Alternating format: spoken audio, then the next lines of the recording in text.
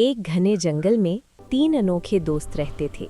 हाथी, मधुमक्खी और भालू।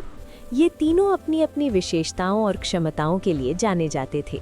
हाथी विशाल और शक्तिशाली था, मधुमक्खी छोटी लेकिन चतुर और मेहनती थी, और भालू तो मिठाई का शौकीन और हिम्मत वाला था। गर्मियों का मौसम था और जंगल में हर तरफ हरियाली छाई हुई थी।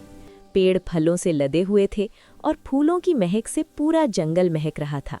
एक दिन जब तीनों दोस्त अपने पसंदीदा जगह पर आराम कर रहे थे, मधुमक्खी ने एक खबर दी।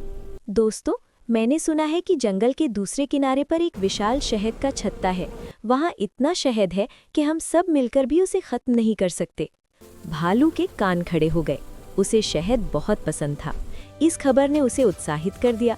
हाथी ने कहा, ये तो बहुत अच्छी बात है, लेकिन हमें वहां तक पहुंचने के लिए बहुत सारी चुनौतियों का सामना करना पड़ेगा।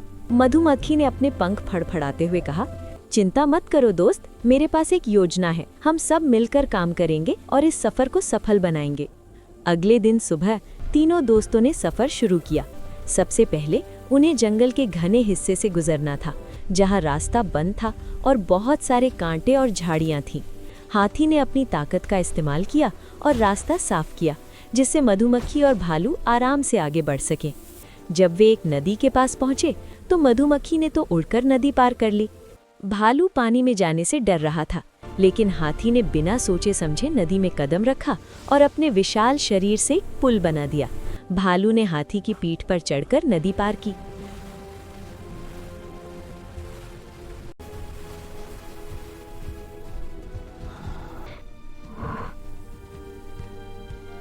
अब उन्हें पहाड़ी चढ़नी थी।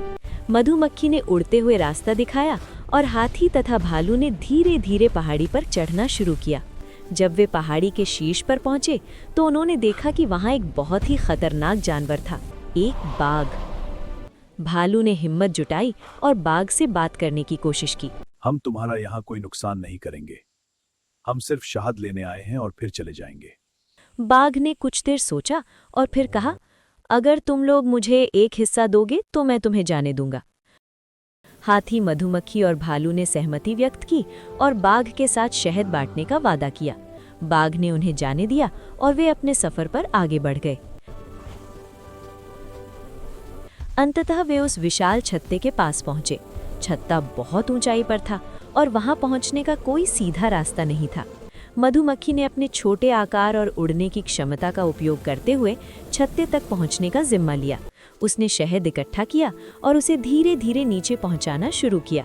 हाथी और भालू ने नीचे शहद इकट्ठा किया और उसे बाघ के हिस्से के साथ साथ अपने हिस्से में भी बांटा। जब उनका काम पूरा हो गया तो उन्होंने देखा कि वहां इतना शहद बचा था कि वे उसे पूरी तरह से नहीं ले जा सकते थे। उन्होंने तय किया कि शेष शहद को वहीं छोड़ दें ताकि बाकी जंगल के जानवर भी इसका आनंद ले सकें। जब वे वापस लौटे तो बाघ ने अपने हिस्से का शहद लिया और कहा, तुम लोग सच्चे दोस्त हो और तुम्हारी मेहनत की मैं कदर करता हूँ। अगर कभी तुम्हें मेरी जरूरत पड़े तो मैं हमेशा तुम्हारे साथ हूँ।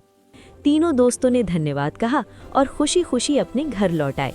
इस सफर ने उन्हें ये सिखाया कि सहयोग और एकता में ही असली ताकत होती है। इस प्रकार हाथी, मधुमक्खी और भालू ने न सिर्फ शहद का मजा लिया, बल्कि अपनी दोस्ती को और मजबूत किया। वे हमेशा के लिए साथ रहे और जंगल में सभी जानवरों के बीच उनके सहयोग की मिसाल दी जाती रही।